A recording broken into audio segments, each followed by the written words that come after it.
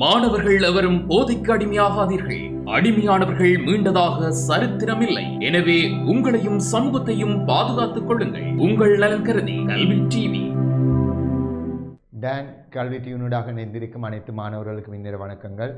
நான் உங்கள் கணித பாட ஆசிரியர் எஸ் பரணியரன், ஜாழ்ப்பாணம் மத்திய கல்லூரி. இன்றைய வகுப்பில் தரம் 11 மாணவர்களுக்கான கணித பாடத்தில் தொடைகள் என்ற ஒரு அழகு படிக்க இருக்கிறோம். அது கடந்த வகுப்பு நாங்கள் தொடைகள், அதில் தொடர்ச்சியாக இந்த வகுப்பு அமைந்திருக்க போகுது. அந்த காணொலியை பார்க்காதவர்களும் எங்களோட யூடியூப் சேனலில் போயிட்டு நீங்கள் அதை பார்க்கக்கூடியதாக இருக்கும். இன்றைய வகுப்பில் பிள்ளையே தொடைகள் என்று சொல்லக்குள்ள நான் கடந்த வகுப்பிலே சொன்ன மாதிரி தான் எங்களுக்கு தொடைகள் என்றது உங்களுக்கு ஃபைனல் எக்ஸாமில் பார்ட் 1ல் 2 புள்ளிகளுக்குரிய ஒரு வினாவாகவும் வருது. அதே மாதிரி செகண்ட் பார்ட்டில் 10 புள்ளிகளுக்குரிய ஒரு தனி வினாவாகவும் வருது. இப்போ இந்த தொடைகள் என்ற அழகை நாங்கள் படித்தோம்னு சொன்னால் 12 புள்ளிகளை பெறக்கூடியதாக இருக்குது. இந்த தொடைகளை நீங்கள் சூஸ் பண்ணி செய்தால் என்ன நன்மைன்னு சொன்னால், இலகுவாக என்றதை விட நேரத்தை மிச்சம் பிடிக்கக்கூடிய ஒரு வினா. தகவல்கள் தரப்படும், அதை நீங்கள் வெண்மெருவில் குறித்து அதுலேருந்து கேட்கப்படும் வினாக்களுக்கு விடை எழுதக்கூடியதாக இருக்கும். அப்போ இதில் பெரிய சுருக்கங்கள் எல்லாம் இல்லை, நேரடி விடையாக நீங்கள் எழுதலாம். பெரிய செய்முறைகளோ சுருக்கங்களோ ஒன்றுமே இல்லை. அப்போ இலகுவாக செய்யக்கூடியது ஒன்றும், அடுத்தது புள்ளிகளை கூடுதலாக பெறக்கூடியது ஒன்றும், நேரத்தை மீதப்படுத்தி செய்யக்கூடிய ஒரு வினாவமாக இது எங்களுக்கு அமைந்திருக்கும்.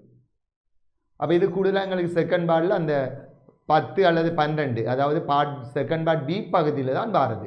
7க்கும் 12 வினாக்களுக்கும் இடைப்பட்ட ஒரு வினாவாக இது வாருது. கூடுதலாக 10 அல்லது 12வது வினாவாக வரும். இப்போ 10 புள்ளிகளை நீங்கள் இலவாக பெறக்கூடியதாக இருக்கும். கடந்த வகுப்பில் நாங்கள் பிள்ளைகள் இந்த தொடை பிரதேசங்களை இனங்காண்டது பார்த்தோம். தொடை பிரதேசங்களை இனங்கண்டு அதை நிலற்றுறது பார்த்தேன். நாங்கள் அதை எப்படி ஈஸியாக இனங்காணலாம்னு சொல்லி தந்தேன் நான். அதே மாதிரி சில தகவல்களை அந்த தொடை பிரதேசத்தில் என்ன மாதிரி குறிக்கிறேன்னும் கடந்த வகுப்பில் நான் கூறி தந்தேன் படித்தேன். நாங்கள் இன்றைக்கு நாங்கள் படிக்க இருக்கிறது அந்த தொடைகள் தொடர்பான பிரசினங்கள், வினாக்கள். உங்களோட புக்கில் உள்ள சில வினாக்களை செய்து காட்டுறோம். அதுக்கப்புறம் நாங்கள் பாஸ் பேப்பர் கேள்வியும் செய்யலாம். சரி, அப்போ முதலாவது நாங்கள் உங்களோட புக்கில் உள்ள ஒரு வினாவுக்கு வாரேன். வினாவை பாருங்கள் பிள்ளைகள், ஸ்க்ரீனில் தெரியும். பாடசாலை காகித தாதிகள் விற்கப்படும் ஒரு கடைக்கு பாடசாலை காகித தாதிகள் விற்கப்படும் ஒரு கடைக்கு வருகை தந்த 20 பேர் பொருட்களை வாங்கிய விதம் பின்வருமாறாகும். 8 பேர் பென்சில்களையும் 11 பேர் பேனாக்களையும் 13 பேர் புத்தகங்களையும் வாங்கிய அதே வேளை எங்களை தொடர்ச்சியாக வினா போகுது. அப்போ இதில் எங்களுக்கு 3 விதமான பொருட்கள் வேண்டப்படுது: பேனை, பென்சில், புத்தகம். அப்போ 3 பொருட்கள். அப்போ இந்த 3 பொருட்களும் வாங்கியவர்கள் பற்றிய தகவல்கள் தரப்பட்டது. இதை நாங்கள் வெண்பரி படத்தில் குறிக்கக்குள்ள எங்களுக்கு 3 வட்டம் வரப்போகுது. தொடை என்ற தொடைகளுக்குள்ள 3 பிரதேசங்களை கொண்டு வட்டம் வரப்போகுது. அதாவது காகித தாதிகள் என்ற இந்த இதில் வாங்கிய பொருட்கள் பேனா வாங்கியிருக்கிறாங்க, பென்சில் வாங்கியிருக்காங்க, புத்தகம் வாங்கியிருக்காங்க. அப்போ 3 விதமான பொருட்கள். அப்போ 3 வட்டம் வரப்போகுது. அப்போ இதுக்குரிய நான் வெண்பரி படம் கீறிட்டு அந்த தகவல்களை இதில் நான் குறித்து காட்டுறேன். அப்போ 3 விதமான பொருட்கள் என்னென்ன பொருட்கள் சொல்லியிருக்குது: பேனை, பென்சில், புத்தகம். சரி, இதில் பாருங்கள் ஒரு வெண்பரி படம் உண்டு.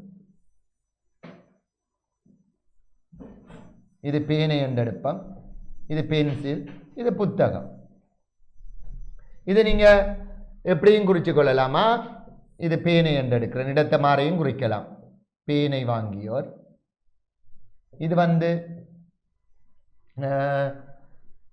இது பென்சில் வாங்கியோர், பென்சில். இது புத்தகம் என்று எடுப்போம். சரியா? இது புத்தகம் வேண்டியவர். இப்ப தகவல்களை வெண்ணூரில் குறிக்கிறேன் பாருங்க. 20 பேர் பொருள்களை வாங்கிய விதம். அப்ப அது மொத்தமாக 20 பேர், அது அகிலத்தொடையில் வரப்போகுது. 8 பேர் பென்சில்களையும், அப்ப பென்சில் வாங்கினாக்கள் 8 பேர், இதுல 8.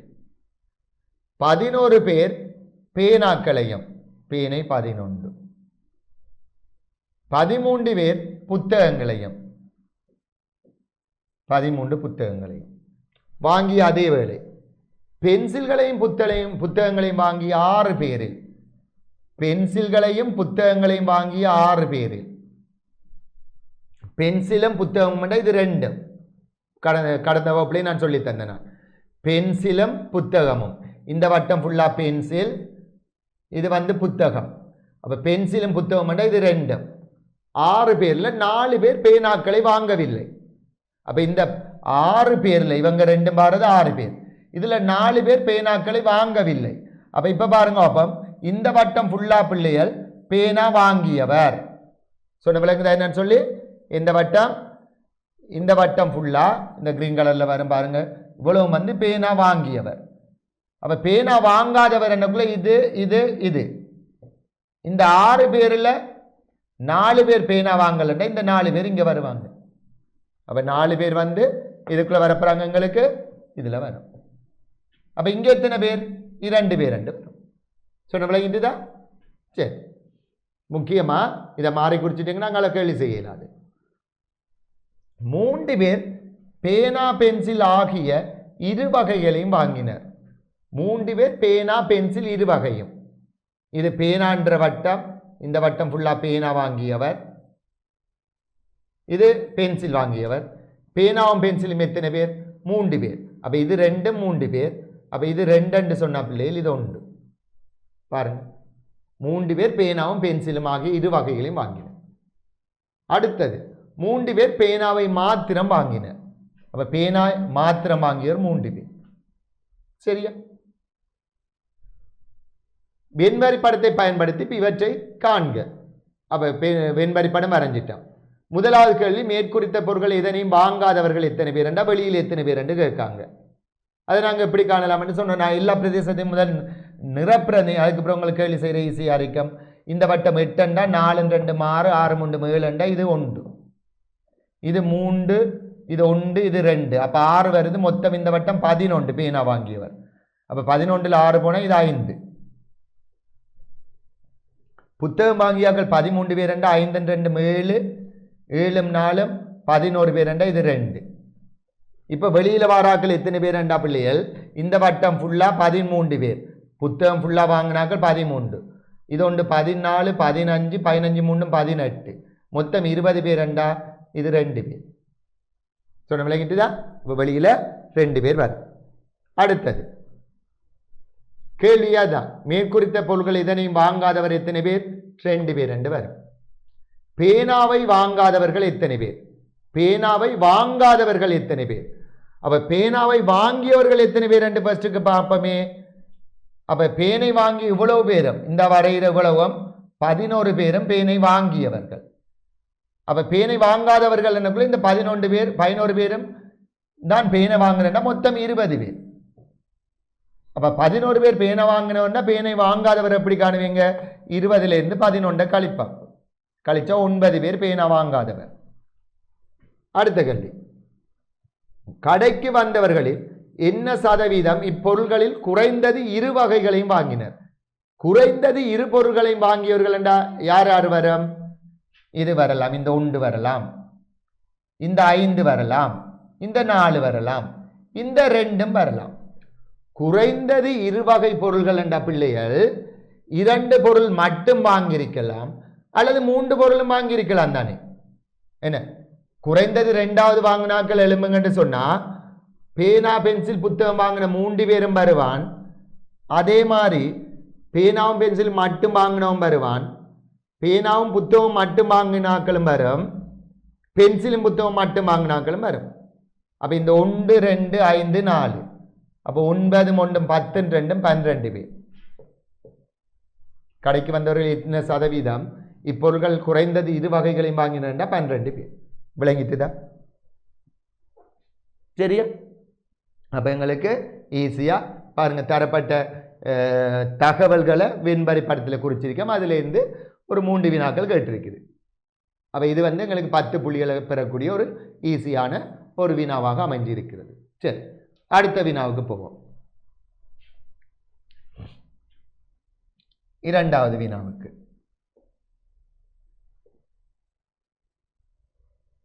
சரி பாருங்க, ஏபி சி எனும் செய்தித்தாள்களை வாங்கல் தொடர்பாக ஒரு கிராமத்தில் மேற்கொள்ளப்பட்ட ஏபி சி என்ற 3 செய்தித்தாள்களை வாங்கியவர்கள் பற்றிய தகவல்கள் உங்களுக்கு தரப்பட்டிருக்குது. என்னென்று பார்ப்போம். ஒரு கிராமத்தில் மேற்கொள்ளப்பட்ட ஒரு கணிப்பீட்டில் பின்வரும் தகவல்கள் கிடைத்தன.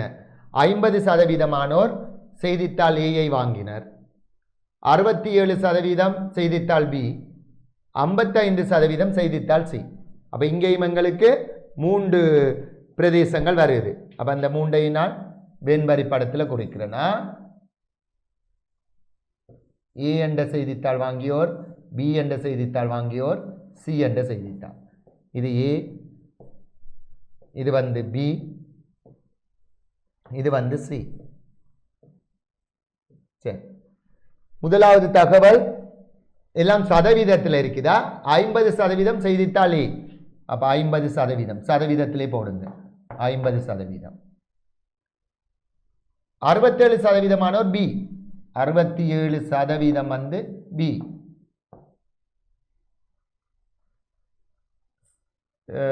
55% செய்தித்தாள் சி. 55% செய்தித்தாள் சி வாங்குகின்றனர். 10% ஏ, பி ஆகிய செய்தித்தாள்களை மட்டும் வாங்குகின்றனர். ஏ, பி செய்தித்தாள்களை மட்டும், ஏயும் பியும் மட்டும் என்னக்குள்ள சி வரக்கூடாது. எத்தனை சதவீதம்? 10. இதுல குறிக்கிறேன் பாருங்க. 10%. இதெல்லாம் பெர்சன்டேஜ்ல நான் போடுறது எல்லாம். அப்ப ஏ, பி ஆகிய மட்டும் 10%. அடுத்தது 15% செய்தித்தாள் ஏ மாத்திரம் வாங்குகின்றனர். செய்தித்தாள் ஏ மாத்திரம் வாங்குகிறவர்கள் 15%. 5% ஏ, சி ஆகிய செய்தித்தாள்களை வாங்குகின்ற போதிலும் செய்தித்தாள் பியை வாங்குவதில்லை. 5% என்னென்ன வேண்டாங்க? ஏயும் சியும் வாங்குறாங்க, பி வாங்கலையா. அப்ப அவங்க என்னன்னு சொல்லலாம்? ஏயும் சியும் மட்டும் என்று சொல்லலாம். என்ன? ஏயும் பி சியும் வாங்குறாங்க, பி வாங்கவில்லை. பி என்ற செய்தித்தாள் வேண்டல அவங்க, ஆனா ஏயும் சியும் வாங்குறாங்க. எத்தனை சதவீதம்? 5%. சரி, 17% செய்தித்தாள் ஏயை வாங்காத போதிலும் பியும் சியும் வாங்கினாங்க. அப்ப 17% ஏயை வாங்கல, ஆனா பியும் சியும் வாங்கியிருக்கிறாங்க. அப்ப என்னன்னு சொல்லலாம்? அவங்க ஏ வாங்கல் என்று சொன்ன வடிவா பியும் சியும் மட்டும். அப்ப பியும் சியும் மட்டும் எத்தனை சதவீதம்? 17%. சரி, இவ்வளவுதான் தகவல். ஒரு வெண்வரி படத்தின் மூலம் இவற்றை காண்க. 3 வகை செய்தித்தாள்களையும் வாங்குவர்களின் சதவீதம் என்றால் நடுவில் வாரது. எப்படி காணலாம் பிள்ளைகள்? இந்த வட்டம் ஃபுல்லாவே 50. அப்ப 15 மஞ்சம் 20, 10 30 சொன்னா இது 20% என்று வரும். அப்ப 3 செய்தித்தாள்களை மட்டும் 3 வகை செய்தித்தாள்களை வாங்குவவர்கள் 20%. அடுத்தது செய்தித்தாள் ஏயை வாங்காத போதிலும் செய்தித்தாள் சியை வாங்குபவர்களின் சதவீதம். ஏ வாங்கக்கூடாது, சி வாங்க வேணும். ஏ வாங்காம சி வாங்க வேணும். அப்ப ஏ என்ற வட்டம் மூலம் வரக்கூடாது. ஏ வாங்காம சி வாங்குவவர்கள் என்ற இந்த 17 இந்த சதவீதம், அதாவது சி மட்டும் நாங்க கண்டுபிடிக்கணும். இது 20 பிள்ளைகள், இது 5, 25, இது 17, மொத்தம் 42. 55 வர வேணும். 42 8 மஞ்சும் 13 பேர், சி மட்டும் 13%. சாரி, அப்ப எங்களுக்கு கேட்டது ஏஐ வாங்காத போதிலும் சிஐ வாங்குவர்கள். ஏ வரக்கூடாது, சி வாங்குறார்கள் 17%, 13%. 17 + 13 30%. சரியா? இரு செய்தித்தாள்களை மாத்திரம் வாங்குவர்கள். இரு செய்தித்தாள்களை மாத்திரம் எது வரும் சொல்லுங்க? இந்த 10% வரும், இந்த 5% வரும், இந்த 17% வரும். அப்ப 17 10 27, 27 5 32% இரு செய்தித்தாள்களை மட்டும் வாங்குறார். அப்ப இந்த வினாவை பார்த்தீங்கன்னா நேரடியாக தகவல்கள் எங்களுக்கு தரப்பட்டிருக்குது. அந்த தகவல்களை வெண்வரி படத்தில் குறிச்சிருக்கு. எல்லாமே இங்க என்னத்தில் இருக்குது? சதவீதத்தில் தந்திருக்குது. எங்களுக்கு கேட்கப்பட்ட வினாக்களும் சதவீதத்தில் கேட்கப்பட்டிருக்குது. அதால பெருமானம் காணணும் என்ற அவசியம் இல்லை, சதவீதத்திலே நாங்க சொல்லலாம். சரியா? அடுத்த வினாவுக்கு வருவோம். சரி, கவனிங்க. சிகிரியாவை பார்ப்பதற்கு வந்த வெளிநாட்டு உல்லாச பயணிகளின் குழு ஒன்று பேசத்தக்க மொழிகள் தொடர்பாக ஒரு பிரசுரத்தில் குறிப்பிடப்பட்ட தகவல்களை கொண்டு பின்வரும் வெண்பரி படம் வரையப்பட்டிருக்கிறது. இதில் அவங்களே எங்களுக்கு வெண்பரி படம் வரைந்து தந்திருக்கிறாங்க. இப்போ கூடுமான அளவுக்கு எங்களுக்கு இப்போ ஃபைனல் எக்ஸாமுக்கு வர வினாக்களை நாங்கள் பார்த்தோம்னா கூடுதலாக வெண்பரி படத்தை பிள்ளைகள் அவங்க வரைஞ்சே தாராங்க எங்களுக்கு. என்ன நாங்கள் இப்போ ஏபி என்று சொல்லி மாறியும் போடலாம் தானே. அதால் அவங்க என்ன செய்கிறாங்கன்னு சொன்னால் அந்த வெண்பரி படத்தை வரைஞ்சே எங்களுக்கு தரப்படுது.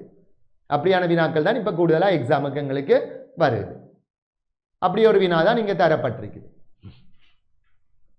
என்ன சொல்லிக்குது, ஒரு சிகிரியாவை பார்க்கறதுக்கு உல்லாச பயணிகள் வந்திருக்காங்க. அவங்க 3 விதமான மொழிகள் பேசுகிறாங்க. ஆங்கிலத்தை பேசத்தக்கவர்கள், பிரெஞ்சை பேசத்தக்கவர்கள், ஜெர்மனை பேசத்தக்கவர்கள் என்று சொல்லி 3 விதமான மொழி பேசுபவர்கள். இங்கிலீஷ், ஜெர்மன், பிரெஞ்சு என்று சொல்லி 3 மொழி பேசுகிறவர்கள தகவல்கள் ஒரு வெண்பரி படத்தில். இப்போ இதில் எங்களுக்கு கேட்கப்பட்ட வினாவுக்கு வருவோம் பிள்ளைகள். சரி,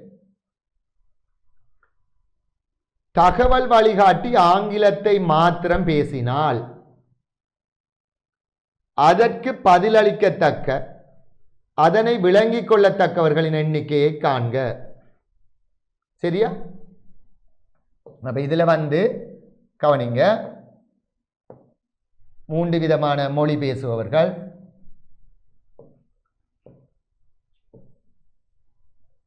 என்னென்ன மொழி பேசுறார்கள்? சரி, என்ன சொன்னா இந்த வெண்பரி படத்தை நான் திரும்ப ஒரு தரம் உங்களுக்கு வரைகிறேன்னா வரைஞ்சாதான் எங்களுக்கு அடுத்த வினாக்கள் செய்யக்கூடியதாக இருக்கும். இதில் அந்த வெண்பரி படத்தை ஷோர்ட்டா வரைகிறேன்னா இது ஆங்கிலம் பேசத்தக்கவர்கள், பிரெஞ்சு பேசத்தக்கவர்கள், ஜெர்மன் பேசத்தக்கவர்கள். சரி, இதுல முதலாவது சொல்லி இருக்குது தகவல் வழிகாட்டி ஆங்கிலத்தை மாத்திரம் பேசினால். தகவல் வழிகாட்டி ஆங்கிலத்தை மாத்திரம் பேசினால் அதற்கு பதிலளிக்கத்தக்க அல்லது அதனை விளங்கத்தக்க கூடியவர்கள் எத்தனை பேர்? என்னோட நாங்கள் உடனே யோசிக்கிறது ஆங்கிலத்தை பேசத்தக்கவர்கள், ஆங்கிலத்தை மாத்திரம் பேசினால் என்று தான் சொல்லியிருக்கேன். அப்ப நீங்க 5 பேரை சொல்லிடுவீங்க. அப்ப பிள்ளை வடிவ கேள்வியை வாசிக்கும். இங்க தரப்பட்ட வெண்பரி படம் உல்லாச பயணிகள் பேசுற மொழியாற்றல் பற்றியது. எங்களுக்கு கேட்டது என்னன்னு சொன்னா ஒரு ஆள்கிட்ட அந்த கைடு ஒரு ஆள் இருப்பார், என்ன எங்க கூட்டிட்டு போறேன்னு சொல்லி அவருக்கு தெரியும். அந்த கைடு என்ன செய்வார், இங்கிலீஷ்ல மட்டும்தான் பேசுறேன். ஒரு ஆக்கள் எல்லாம் ஃபாரினர்ஸ் வந்திருக்காங்கன்னு சொல்லி அவர் என்ன செய்யறார், இங்கிலீஷ்ல மட்டும்தான் கதைக்கிறார். கதைச்சோடனே அவர் கதைக்கிறத விளங்கி கொள்ளக்கூடியவர்கள் என்று சொன்னா அந்த அவர் கதைக்கிறத விளங்கி கொள்ளக்கூடியவர்கள் என்றா அவங்க எப்படிப்பட்ட ஆக்களா இருக்கணும்? அவங்களுக்கு என்ன மொழியாற்றல் இருக்கணும்? அவங்களுக்கு இங்கிலீஷ் தெரிஞ்சிருக்கணும். இங்கிலீஷ் தெரிஞ்ச எல்லாருக்கும் அவர் கதைக்கிறத விளங்கி கொள்ளுவாங்க. அப்ப ஆங்கிலத்தில் மாத்திரம்தான் அவர் பேசுறார். கேள்வி எங்களுக்கு அது இல்லை. ஆங்கிலத்தில் மாத்திரம் பேசும் உல்லாச பயணிகளின் எண்ணிக்கை என்று 5 சொல்லியிருப்பீங்க. உங்களுக்கு கேள்வி அது இல்லை. அவர் இங்கிலீஷ்ல மட்டும் பேசினா அதை விளங்கி கொள்ளத்தக்க அல்லது அவர் கேட்கிற கேள்விக்கு பதில் அளிக்கத்தக்கவர்கள் எத்தனை பேர் என்றுதான் கேள்வி. அப்ப அவங்க எப்படிப்பட்ட ஆக்கள் இருக்கணும்? இங்கிலீஷ் தெரிஞ்சாக்களா இருக்கணும். அப்ப இங்கிலீஷ் தெரிஞ்சவர்கள் எத்தனை பேர்? இந்த வட்டம் புல்லாவே எங்களுக்கு இங்கிலீஷ் தெரிஞ்சாக்கள் தான், ஆங்கிலத்தில் பேசக்கூடியவர்கள் தான். அப்ப 5 4 9 9 3 12 14 பேருக்கு இங்கிலீஷ் தெரியும். அப்ப இந்த 14 பேரும் என்ன செய்வாங்க? அவர் இங்கிலீஷ்ல மட்டும் கதைச்சா அதை விளங்கி கொள்வாங்க, அதுக்கு ஆன்சர் பண்ணுவாங்க. அப்ப எத்தனை பேர் வரும்? 14 பேர் என்று வரும். சொன்ன விளங்கிட்ட பிள்ளையர். சரி, அடுத்த வினாவுக்கு வருவோமா? அடுத்த வினாவை பார்ப்போம். சரி, ஜெர்மனை பேசத்தக்கவர்களின் எண்ணிக்கை 12 எனில் பிரெஞ்சையும் ஜெர்மனையும் மாத்திரம் பேசத்தக்கவர்களின் எண்ணிக்கை. ஜெர்மனை பேசத்தக்கவர்களின் எண்ணிக்கை 12 என்றா பிரெஞ்சும் ஜெர்மனும் மட்டும், பிரெஞ்சும் ஜெர்மனும் மட்டும் பிரெஞ்சை பேசத்தக்கவர்கள் 12 பேரா? அப்ப பிரெஞ்சு வந்து 12 இது 12. கேள்வி எங்களுக்கு பிரெஞ்சையும் ஜெர்மனியும் மட்டுமண்டா இந்த பிரதேசம் பிள்ளைகள் இந்த நிலச்சி அது. அப்ப 12 பிரெஞ்சை பேசத்தக்கவர்கள். கேள்வி எங்களுக்கு அது இல்லை. பிரெஞ்சையும் ஜெர்மனியும் மட்டும் பேசுகிற இந்த நிலச்சிய பகுதி எத்தனை வரும்? சாரி, பிரெஞ்சையும் ஜெர்மனியும் பேசத்தக்கவர்கள் 12 என்ன சாரியா? இல்லை ஒரு பிள்ளை ஒன்று இருக்கு, கேள்வியை நான் மாறி வாசித்துட்டேன். ஜெர்மனி பேசத்தக்கவர்களின் எண்ணிக்கை 12 எனின் மாறியெல்லாம் போட்டுட்டேன். பிரெஞ்சையும் ஜெர்மனியும் மாத்திரம் பேசுகிறவர்கள். அப்ப ஜெர்மனி பேசத்தக்கவர்கள் தான் எத்தனை பேர்? 12 பேர். அப்ப இது ஜெர்மனி பேசத்தக்கவர்கள் 12 பேருண்டா, பிரெஞ்சும் ஜெர்மனும் மட்டுமண்டா இதை கேட்டிருக்கு. எத்தனை பேர் வரும்? 3 2 5 5 2 7 பிள்ளைகள் இது 5 வரும். அப்ப 5 பேர் என்ன செய்வாங்க? ஜெர்மனையும் பிரெஞ்சையும் மட்டும் பேசத்தக்கவர்கள். சொன்ன விளங்கிட்டுதா? ஜெர்மனும் பிரெஞ்சும் மட்டுமண்டா அவங்களுக்கு இங்கிலீஷ் தெரியுமா பிள்ளைகள்? தெரியாது. ஒரு பிரதேசம் வரலன்னு சொன்னா ஃபுல்லாவே அதை மட்டுமண்ட சொல்லால பாவிக்க வேணும். அது கடந்த வகுப்பு நான் சொல்லித்தரேன். அடுத்த வகுப்பு அடுத்த வினாவுக்கு வருவோம். அடுத்த வினாவை பாருங்க. உருவில் நிலற்றப்பட்டுள்ள பிரதேசத்தினால் வகை குறிக்கும் உல்லாச பயணிகளின் மொழியாற்றல் பற்றி சொற்களில் விவரிக்க, அதனை தொடை குறிப்பீட்டின் மூலம் எடுத்துரைக்க. இந்த நிலற்றிய பிரதேசத்தை சொற்கள்ல விவரித்து அதை தொடை குறிப்பீட்டிலையும் தரட்டா. என்ன சொல்லிக்கு நிலற்றியதை ஒருக்க பாருங்க. 4 பேர். அந்த 4 பேரும் என்னென்ன மொழியாற்றல், என்னென்ன பேசக்கூடியவர்கள், என்ன பேச முடியாதவர்கள் என்று பாருங்க. ஆங்கிலத்தையும் பிரெஞ்சு மண்ட வட்டத்துக்குள்ள வாராங்க. இங்கிலீஷும் தெரியும் அவங்களுக்கு, பிரெஞ்சும் தெரியும். ஆனா என்ன தெரியாது பிள்ளைகள்? ஜெர்மன் தெரியாது. இதான் கேட்டது. அப்ப இவங்க என்னன்னு சொல்லுவாங்க? ஒரு பிரதேசம் வரலண்டா மட்டும் சொல்லுவாங்க.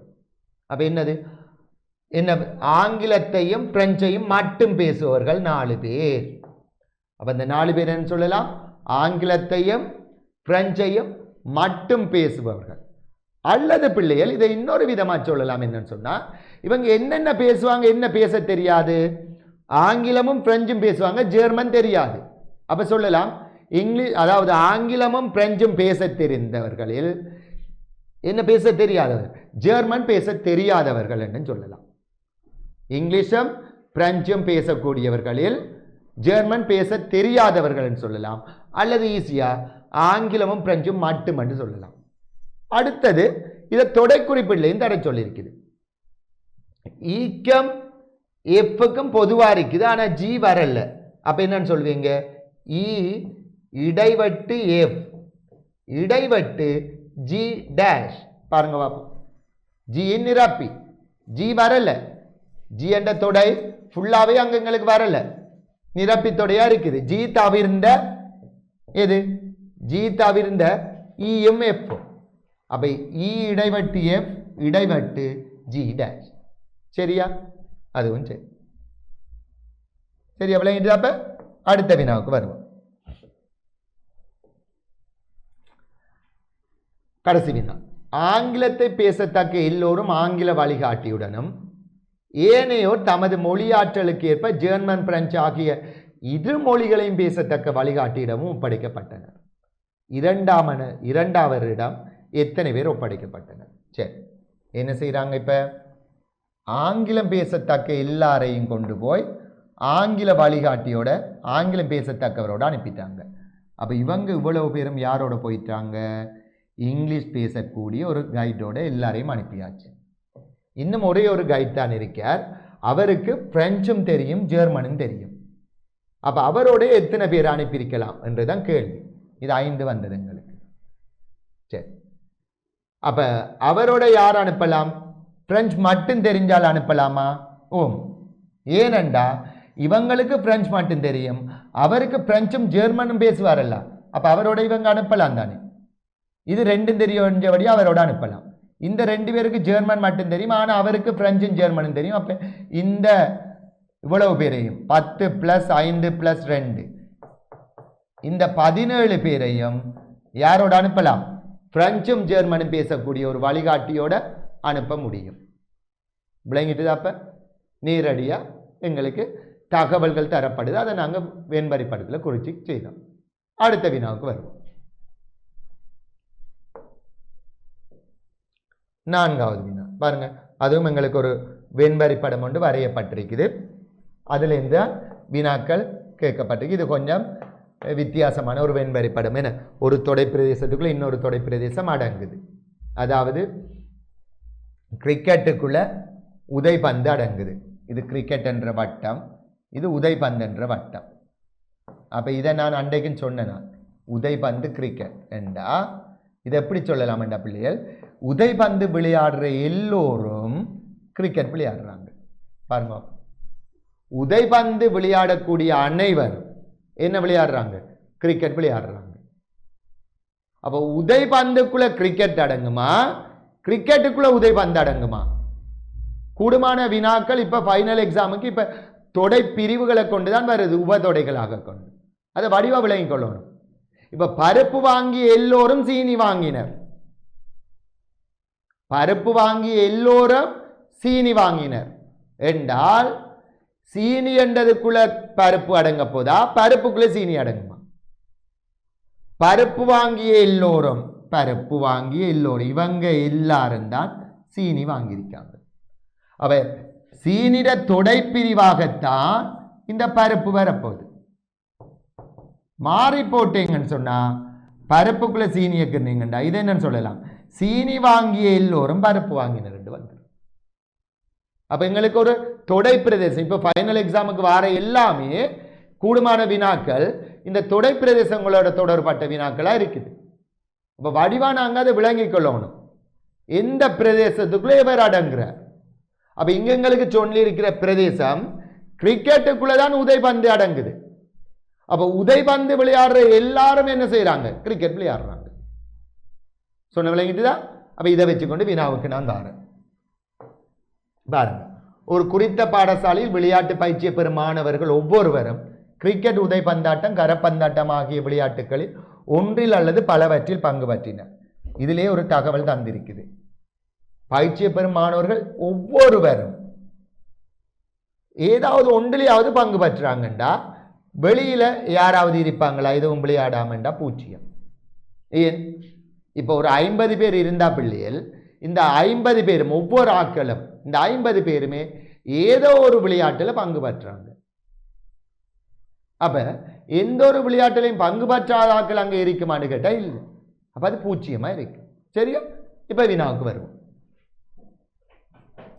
இம்மூன்று விளையாட்டையும் விளையாடும் மாணவர்களின் எண்ணிக்கை யாது? இம்மூன்று விளையாட்டும் இடைவெற்ற பிரதேசம் எது பிள்ளைகள்? 14.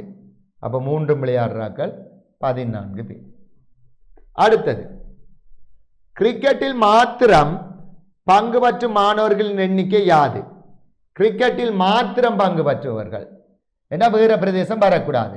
இந்த 18 பேரை பாருங்க பிள்ளைகள், இந்த உதைபந்தண்ட வட்டத்துக்குள்ளையும் வரல, கரப்பந்தண்ட வட்டத்துக்குள்ளையும் வரல.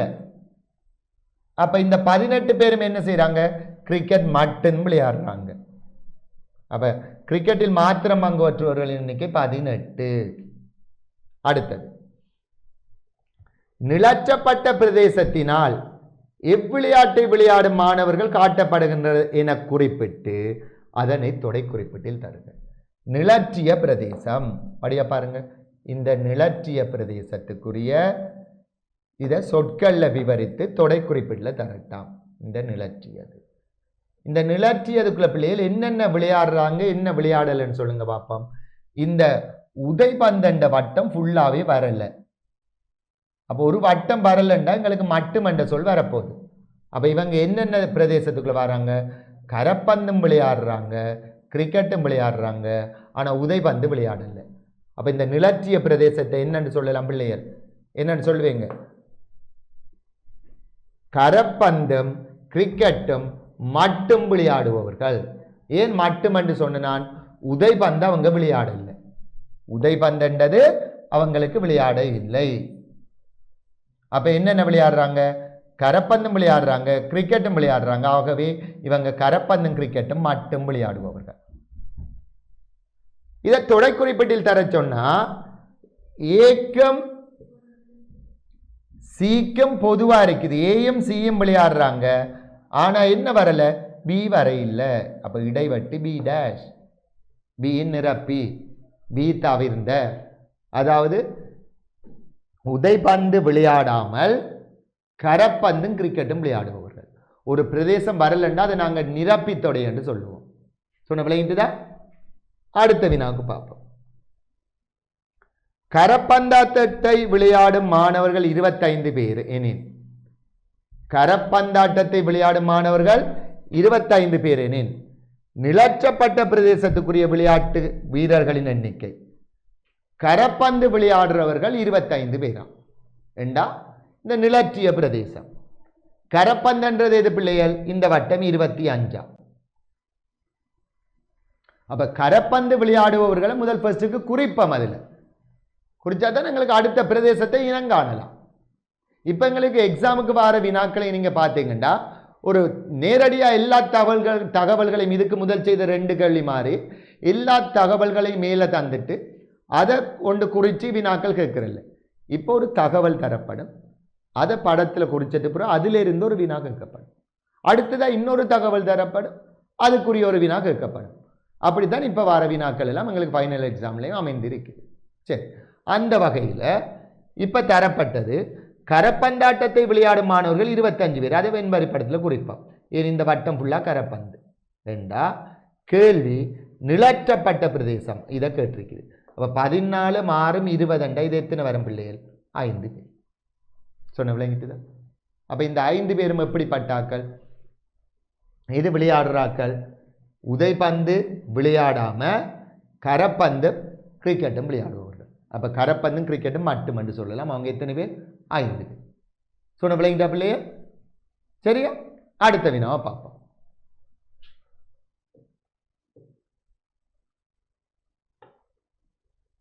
சரி, இதுவும் நல்ல ஒரு வினா உண்டு, பாருங்க. இதை வாசிக்கிறேன். ஆசிரியர்களை பயிற்றுவிக்கும் ஒரு கல்வி கல்லூரிக்கான ஓராண்டில் 400 மாணவர்கள் சேர்த்துக் கொள்ளப்பட்டுள்ளனர். அதில் கணிதத்திற்காக தமிழ் ஆங்கில மொழி மூல பாடநெறிகளும், விஞ்ஞானத்துக்காக தமிழ் ஆங்கில மொழி பாடநெறிகளும், உடற்கல்விக்காக தமிழ் ஆங்கில மொழி மூல பாடநெறிகளும் நடைபெறுகின்றன. தரப்பட்டுள்ள வெண்பரி படத்தில் பின்வரும் தகவல்களை உரிய இடங்களில் குறித்து வெண்பரி படத்தை பூரணப்படுத்துக. சரி, 3 விதமான பாடநெறி, 2 விதமான மொழி மூலம், 3 கோர்ஸ் இருக்குது, 2 மீடியம் இருக்குது. இங்கிலீஷ் மீடியத்தில் சயின்ஸும் படிக்கலாம், தமிழ் மீடியத்திலையும் சயின்ஸ் படிக்கலாம். கணிதமும் இங்கிலீஷ் மீடியத்திலையும் படிக்கலாம், தமிழ் மீடியத்திலையும் படிக்கலாம். உடற்கல்வி கேல் சயின்ஸ் எங்களுக்கு என்ன இங்கிலீஷ் மீடியத்திலையும் படிக்கலாம், தமிழ் மீடியத்திலையும் படிக்கலாம். இவ்வளவு தான் தகவல். மொத்தம் 400 பேர். அப்போ இந்த 400 பேர் எங்கே வரப்போகிறாங்க? உடனே நாங்கள் அந்த 400 பேரை குறிச்சிடலாம். எங்கே வரப்போகிறாங்க? இதில் 400 பேர். இதை பாருங்க, விஞ்ஞான பாடநெறி இந்த வட்டம், கணித பாடநெறி இது, ஆங்கில மொழி மூலம் நடுவில் வாருது. இது ஆங்கில மொழி மூலம், இங்கிலீஷ் மீடியம். அப்போ இதில் தமிழ் மீடியம் எது பிள்ளைகள் வரப்போகுது? பாருங்க, இதில் தமிழ் மீடியம் எது வரும்னு சொன்னால், இந்த வெண்பரி படத்தை நான் கொஞ்சம் பெரிதாக வரைகிறேன், அப்போ உங்களுக்கு ஈஸியாக இருக்கும். 3 கோர்ஸ் 2 மீடியம். சரிங்க, 3 கோர்ஸ் 2 மீடியம். சரி,